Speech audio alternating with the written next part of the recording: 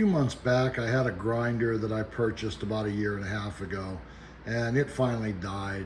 It was a 1/4 horse, not a real expensive grinder. So after it died, I decided to do a little research. Came across the LEM Big Bite number 8. All the reviews, everything I read about it, it just screams quality.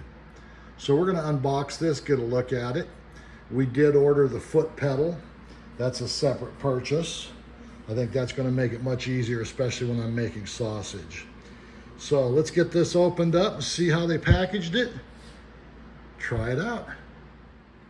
After opening this up, looks like they did a really good job packaging it. We've got the plunger. Looks like the bracket to hold the hopper. The assembly for the auger where you're gonna feed everything in. And 3 sausage stuffing tubes. So we'll get this layer out, see what else is in here.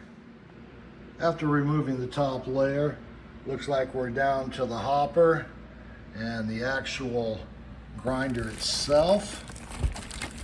Pretty well packaged. I think everything is going to be intact. We'll get the rest of this out and get a look at everything. We've got everything out of the box. I'm pretty impressed with the weight of all these objects. I'm telling you, this is real high quality. They call this the Big Bite because you'll notice that this section of the auger is wider than the other section.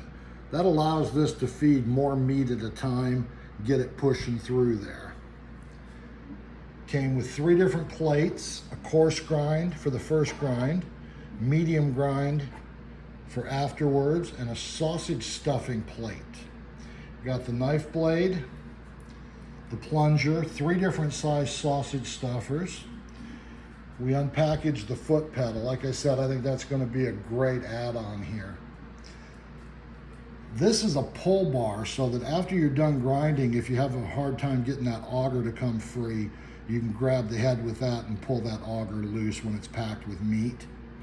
I like the fact that this hopper, nice and big, has a bracket on the back. And that bracket sits on there, gives that hopper a little bit more stability. So we're gonna wash everything up, soak it in some warm soapy water, dry it off, spray it with some silicone spray, food grade silicone spray, and put it together and see what we come up with. Oh, one more big feature I like. Push this in and you got a nice tray to store your knife blades and your plates. That's a great feature. They're not rattling around in a box somewhere. This is just a beautiful unit. Like I said, it is extremely heavy. Can't wait to get it together and put it through its paces. Now that we've got everything assembled, I'm getting a good look at this grinder. It is just such good quality. I'm very, very impressed with this. Earlier in the video, I called this the LEM Big Bite number 8. I've heard people call it the LEM. I've heard it called the LEM. I'm not sure which is correct, but this grinder went through 6 UPS facilities in Texas before it got to me. So I'm nicknaming it Tex. Got our foot pedal hooked up. Listen to how quiet that is for a 1/2 horsepower grinder. That's impressive. So I've got some chuck roast, some pork, a lot of trimmings I've saved over the last few months in the freezer. Brisket trim, pork trim, round trim. Thawed that out. We're gonna run that through here. We're gonna make a meatloaf with this. Maiden voyage, we'll see how it does. Now that we've got everything assembled, I'm getting a good look at this grinder. It is just such good quality. I'm very, very impressed with this. Earlier in the video, I called this the LEM Big Bite number 8. I've heard people call it the LEM. I've heard it called the LEM. I'm not sure which is correct, but this grinder went through 6 UPS facilities in Texas before it got to me. So I'm nicknaming it Tex. Got our foot pedal hooked up. Listen to how quiet that is for a 1/2 horsepower grinder. That's impressive. So I've got some chuck roast, some pork, a lot of trimmings I've saved over the last few months in the freezer. Brisket trim, pork trim, round trim. thawed that out. We're gonna run that through here. We're gonna make a meatloaf with this. Maiden voyage, we'll see how it does. We're gonna do our beef trim first. This is chuck roast and all the beef trimmings I've been saving. This is a nice big hopper. So I think we're gonna be able to get all of this into the hopper. Oh yeah, perfectly. Catch it all right there. I think it's time we get busy, get this started. We're gonna feed some meat down in. You don't want to feed too much in. You want it to kind of fall in if you can, so you don't have to use the plunger. So let's see what this does. That's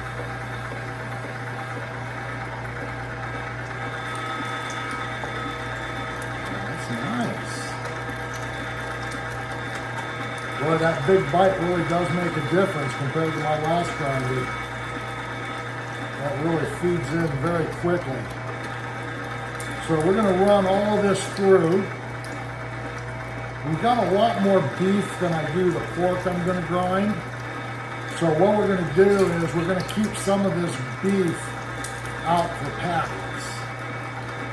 And we'll make a 50-50 mix of the pork and the beef to make our meatloaf tonight.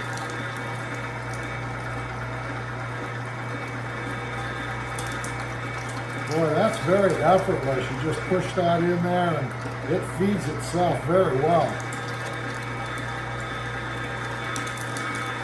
This is about 5 pounds, I figured, just by eyeing it. And we're going through that pretty fast.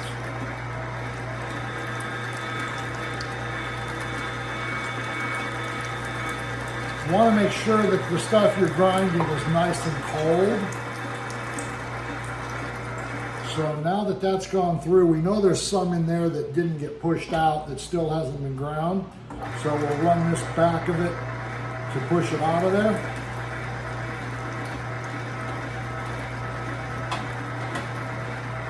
And just that simple, that's our first grind on the course. So this is gonna go back in the freezer now, probably about a half hour, 45 minutes. You want that as cold as we can get it going into the second grind. We'll separate some out to make patties, use the rest to do the pork. So we're gonna clean this up real quickly while this is chilling, and we'll get the pork ready. All right, so we've got our beef ground up, put it back in the freezer. We want that chilled real well before we do the second grind. So now we've got our pork.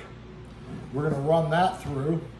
Side note, guys, if you look at this head right here, it's got little prongs sticking out to unscrew that head.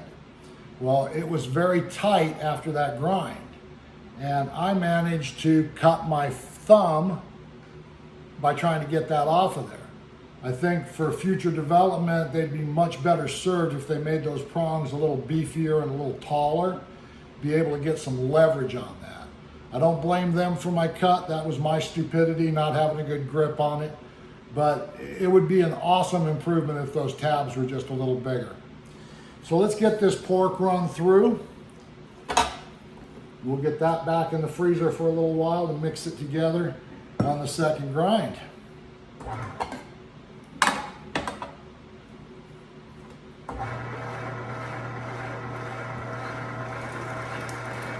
Boy, that is just so effortless, the way that big bite grabs that and pulls it down. It really does go through there at a good pace.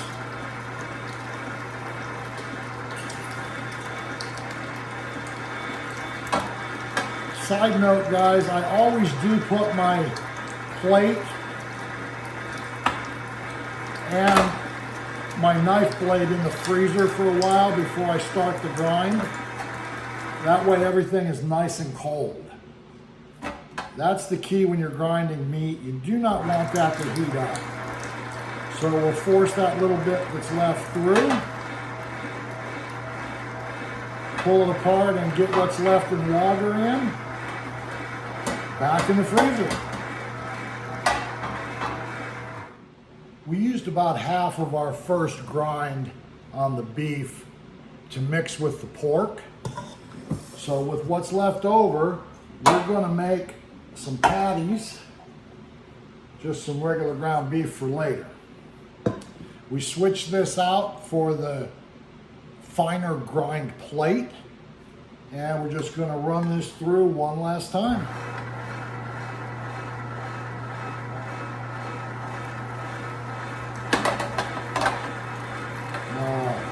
Perfect. I'd say if I had to guess, this is about a 90-10 blend.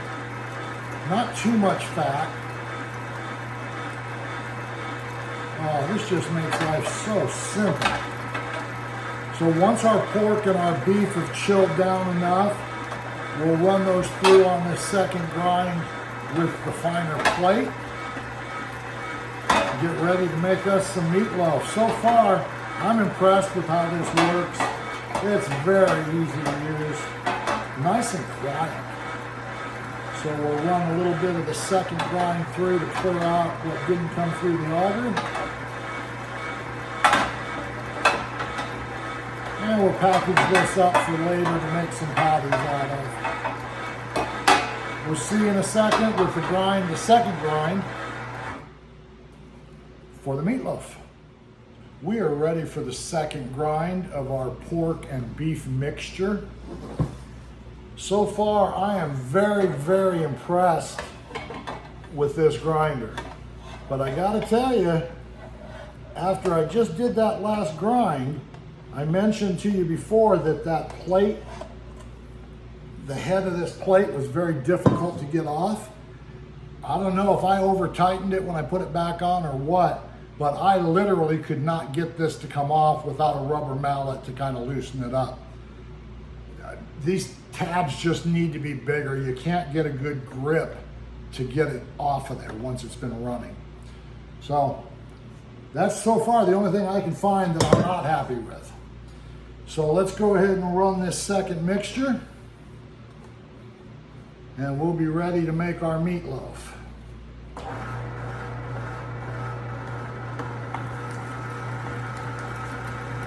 Coming out on the medium grind now, the finer plate. So this will just need to be prepared, seasoned up a little bit. Get our meatloaf ready.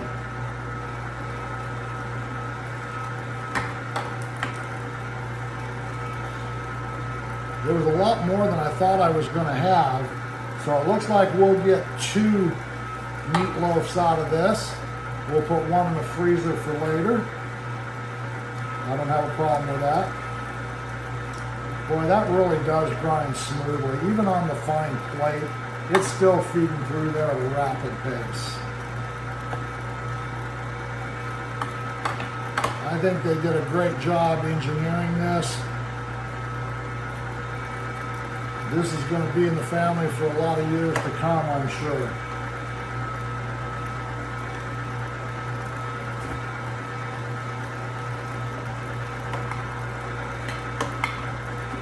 So we're going to cut away, and I'll come back once the meatloaf is ready to go on the smoker. We'll let you see how everything turns out. We've taken everything apart. We soaked all the pieces and parts in some warm soapy water, rinsed them off real well, dried them. Very easy cleanup. I like this setup. Not much to it to get everything back to where we were. We're going to spray everything down once it's dry with some food grade silicone spray. My overall impression of this grinder is I am very happy with the quality, how it performs. Excellent purchase. It's going to get a lot of use at my house. Hope you guys enjoyed the video, found something you can take away from it. I'm going to get another video up after I post this one. We'll let you see the meatloaf, the process of making that. I think it's going to turn out real well. Thanks for following along, guys.